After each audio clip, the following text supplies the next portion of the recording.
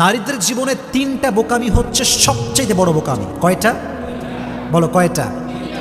এক, নারীদের জীবনে সবচাইতে বড় বোকামি হচ্ছে এরা পুরুষকে বাহ্যিক দেখে জাস্টিফাই করে, ভেতরটা দেখতে চায় না।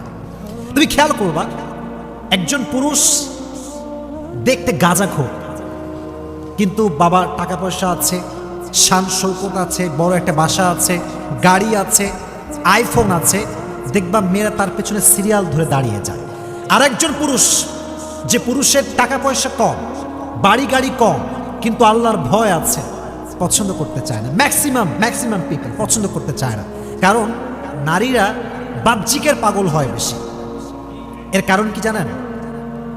নারীদের এই হৃদয়টা আবেগ মায়া দ্বারা ভরা, এবং নারীদের যে ক্যারেক্টার, এটা হচ্ছে সহজ সরল ক্যারেক্টার। বেশিরভাগ নারী দেখবেন একটু সহজ সরল হয়, এই জন্য ছ্যাক খায় বেশি, ঠ্যাক খায় বেশি, ঠিক কিনা বলো? একটু ধোয়া খায় বেশি, খায় না। তো আমার বোনদেরকে বলবো, বোন, পৃথিবীর সব জায়গায় আবেগ চলে। যদি আপনি সব জায়গায় আবেগ দেখান, একদিন না একদিন পুষিয়ে যাবে। যেমন একটা ফোন কিনবেন, একটা কিনতে চাচ্ছেন, আর একটা কিনে ফেলেছেন ভুল করে, ঠিক আছে, আর একটা ফোন কেনা যাবে।